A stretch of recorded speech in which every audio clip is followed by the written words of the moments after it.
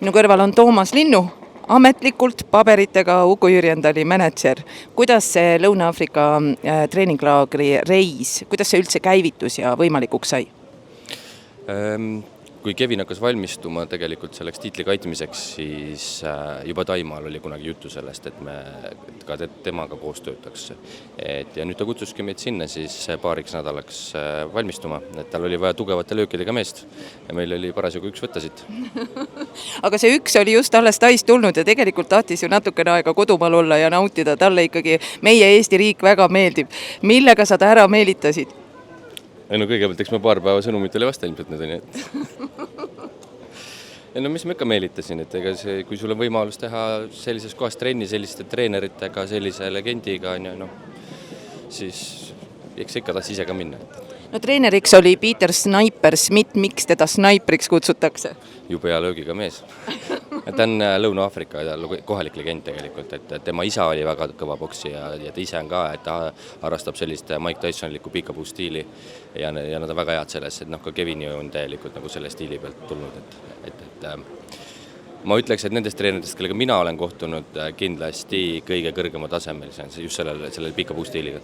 Mida see kõrge tase sinu jaoks niimoodi kõrvalt vaadates tähendab, et sa ei olnud laagris kaasas ainult vaatamas, sa tegid tegelikult ise suures osas selle laagri ju kaasa, aga mida see tähendab väga kõrge tasemega?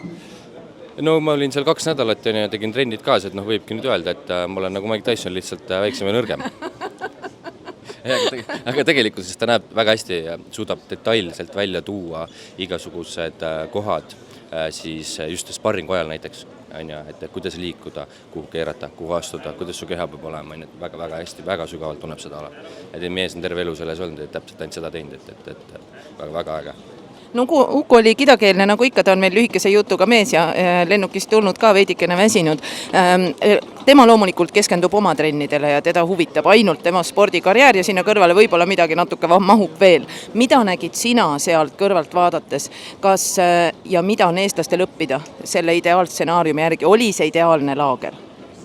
Jaa, kindlasti oli ta ideaalne. Esiteks, ma vaatan siis enda silmadest vaadatuna, et Uku sobib valatult sinna ringi VBC maailmameistriga, ei ole mitte mingit aukartust, mitte midagi taseme vahet ma seal ei näe, et võrdne võrdsega võitlused käivad seal, et väga ilus on vaadata seda, kuidas Eesti mees nii kõrgel tasemel boksib.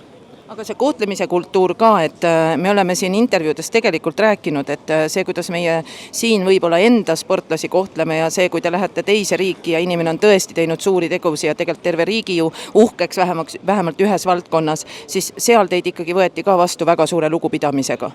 Jaa, just, et väga meeldiv, väga hästi võeti vastu, väga soojalt, organisatoorne pool oli ääretult kõrgetasemeline.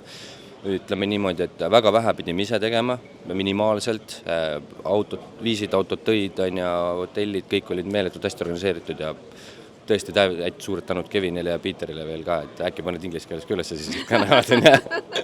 No seda äkki me vaatame, aga tead, ühesõnaga me võtame selle jutu otsa praegu kokku ja laseme teid puhkama. Sul on uus riietus ja sul on seal väga palju erinevaid märke, mis nendest on väga tähtsad. Ma lähen siit niimoodi mutku, aga... No nende me peame minema. Ja. Aga see on väga tähtis, see on siis Peter Sniperi enda boksiakadeemia, kus ta siis igapäevaselt treenimissportlasi on.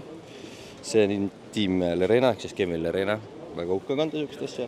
Ja siin on tagasihoidlik märge, et tegemist on VBC maailmameistriga Bridgerweight kaalus. Ja kõige viimane küsimus. Ütle nüüd paar sõna Kevin Lerena, milline mees ta oli ja kas kaitseb tiitlivöö ära? Kindlasti kaitseb. Tegemist on ühe suure südamega, väga hea mehega, kellele meeldib tohutult treenida. Ma ütlen, mul oli väga raske sellest tempos püsida. Ma sain hakkama. Aitäh sulle, Toomas!